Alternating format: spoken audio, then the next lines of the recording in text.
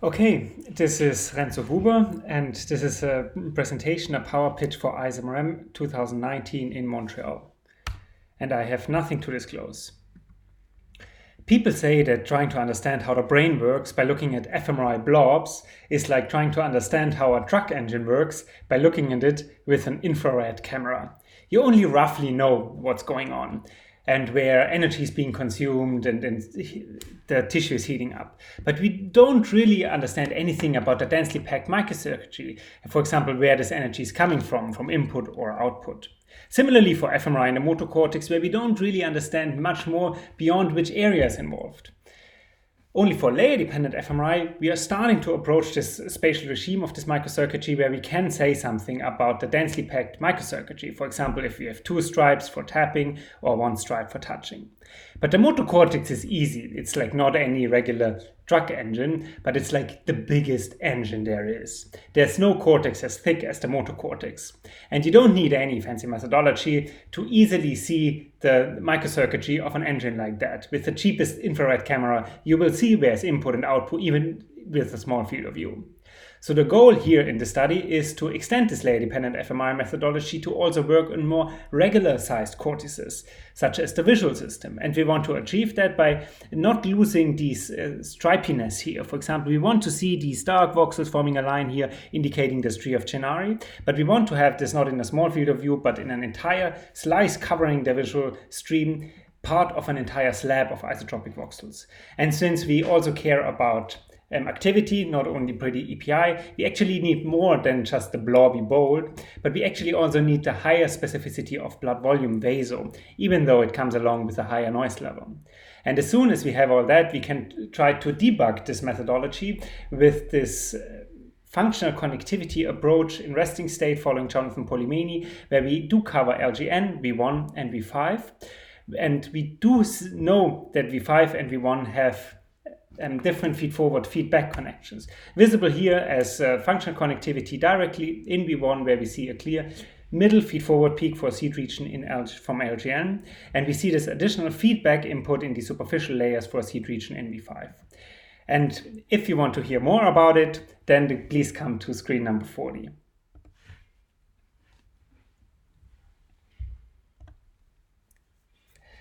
The visual cortex can be challenging with respect to its location. Even though it is very close at the back here to the RF channels, it can be quite challenging with respect to its location because you don't really find good orientations how to position your slices. So at the beginning, we actually started by thinking we should use very small matrix sizes like we previously did in the motor cortex and cover it in a kind of a coronal-like view. However, we pretty fast learned that you can't really do GRAPPA acceleration very efficiently. And this is simply coming from the fact that like the 32-channel Nova coil here doesn't really have so many independent channels in the left-right direction or also for coronal slices where you would only have like 3 independent channels, meaning that if you do GRAPPA 2 already, you're vastly underdetermined and noise dominated. Whereas, however, when you use kind of sagittal slices like this, you do need to use bigger field of views. However, you can really over account for it by increasing the GRAPPA acceleration, and you have a lot of independent channels such as that your G-factor penalty is not that bad. As you can see here for VASO, the TSNR is about more than 3 times as much for sagittal ones compared to coronal slices.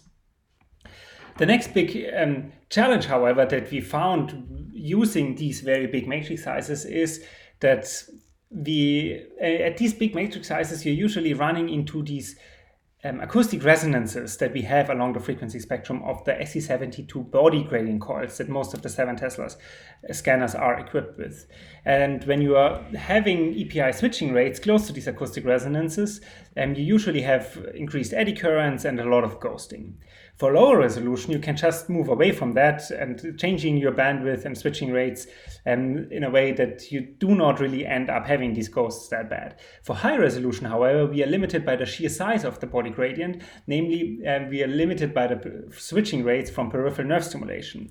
This means that we kind of cannot use these different switching rates but are forced to use switching rates that are very, very close to the acoustic resonances, and which also makes the readout kind of slower and less efficient. So it feels a lot like driving a Porsche in a speed limit. We have the huge performance, but we just cannot use it. So we really try to optimize the sequence quite a bit, and compared to previous versions, we use a VASO sequence that does not really have any unnecessary dead time anymore, in the sense that shortly after the inversion pulse, we start acquiring data along the entire inversion recovery curve.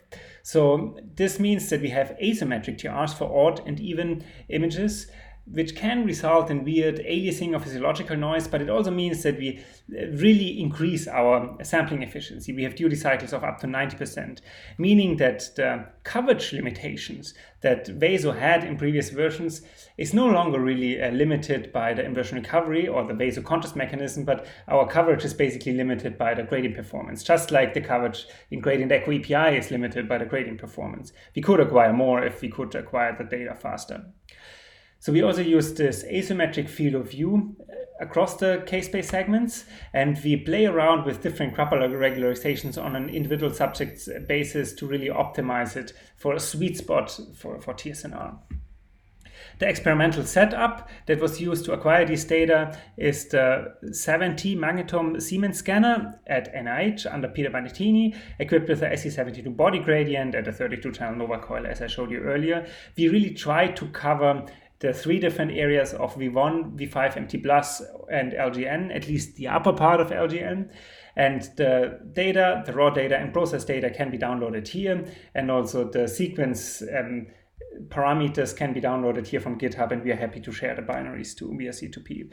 The tasks that we used are a moving star field, static star field, and blank interleaved within runs. And for separate runs, we also used a resting state, and quite a few of them, how much we could.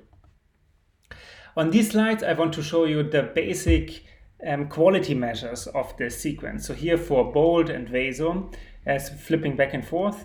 And you can see that for BOLD, the conventional quality measures in the top row here are not too bad. Like the TSNR is in the range of 20 or a bit more. For VASO, it's in the range of 15 to 20, which is quite okay, I think.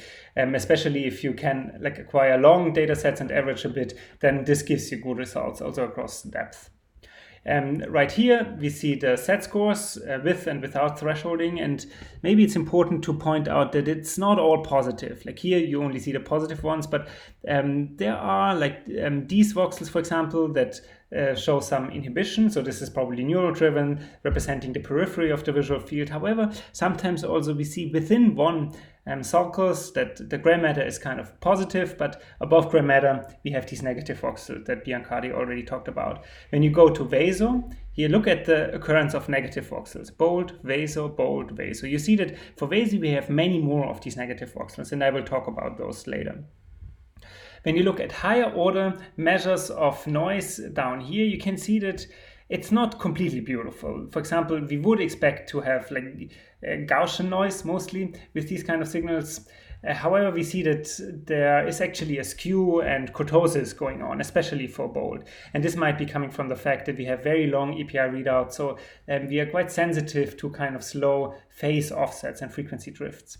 In VASO, however, and this is pretty much gone, these kind of stripes in the phase encoding direction, which could be coming from the fact that in VASO, because it's noisier, this just disappears in the noise level. I, however, think that it's mostly due to the fact that in VASO you have this inherent division of images with and without blood knolling that takes care of a lot of low frequency noise that BOLD is still sensitive to, like these stripes.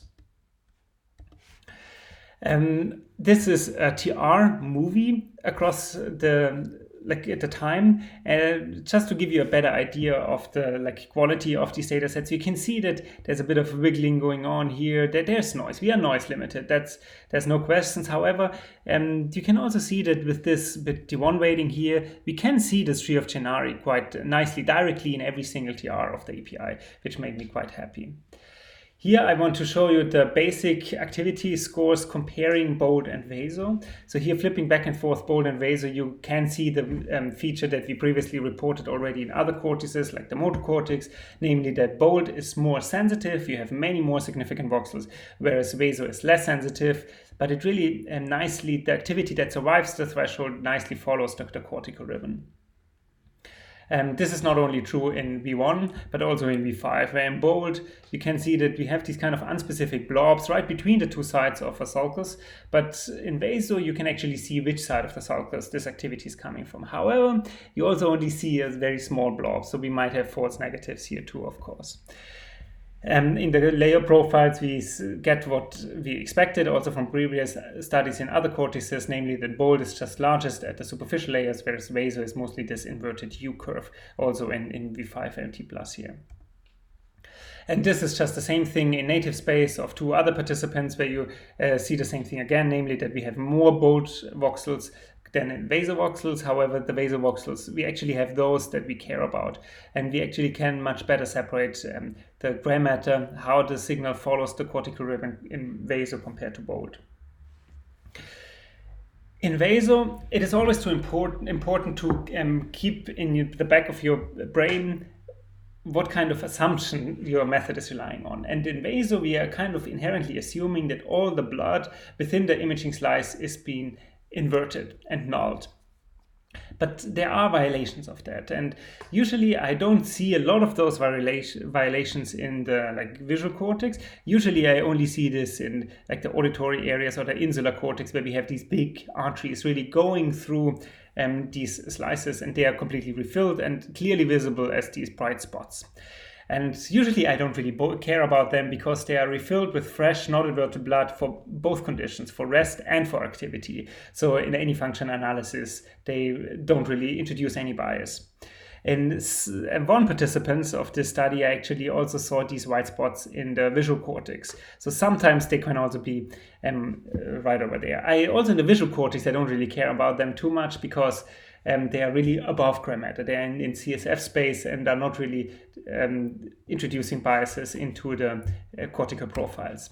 However, sometimes we have weird behavior of voxels when you try to find these voxels. And I want to show you two examples here. So this is one participant where I'm showing you the bold activation map. If I flip back and forth, you see bold, vaso, bold, bold, vaso, bold, vaso. Like in vaso here, in a sagittal view, you can nicely see the calcarine sulcus, or also here, whereas in bold, it's kind of this big blob stripe. And somewhere here, that might not be the calcarine anymore, you see that bold is positive, so there might be a big vein. However, vaso is also positive. And those voxels occur sometimes, very seldomly, and they kind of suggest that big veins dilate to some extent, which does not really make sense. And I'm not really sure what the final explanation will be for those voxels.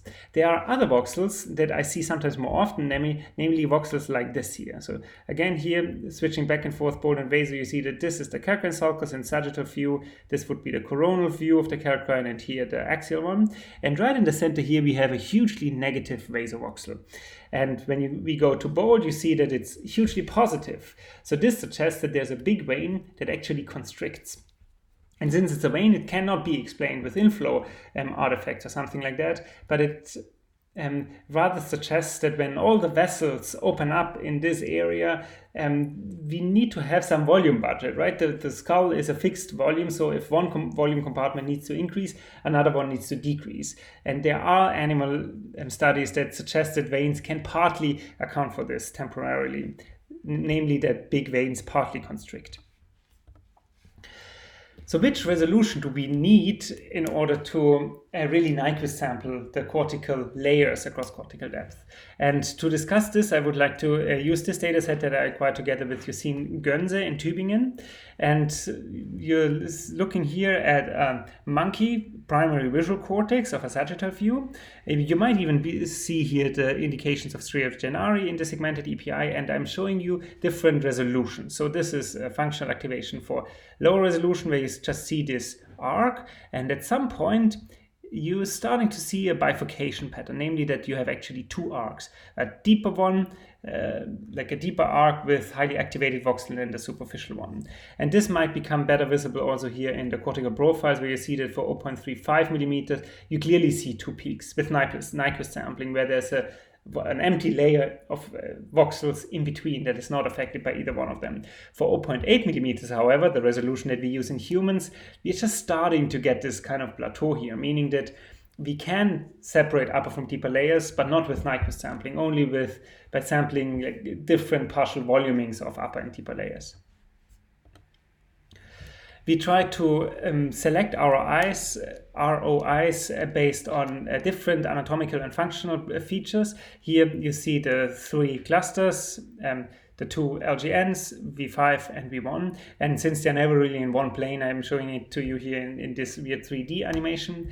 We select LGN based on the bold data, looking at the functional activation patterns, actually also after applying a bit of smoothing, because it's just so noisy in the middle there. We select V1 based on anatomical landmarks, namely that with 0.5 millimeter MP2 range slab data that we acquire in 3 averages, we usually see occurrences of the stria of Gennari, and you can also, like going through different slices, looking at it from different angles, you can see that they end abruptly as expected, and then we can like use all the areas within these borders as V1.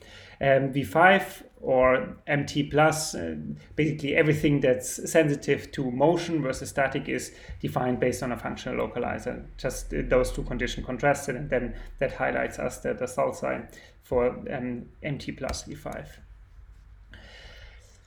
To see that everything makes sense and to validate our methodology and replicate previous studies, we followed the resting state connectivity approach from Jonathan Polimeni, looking at LGN, V1 and V5.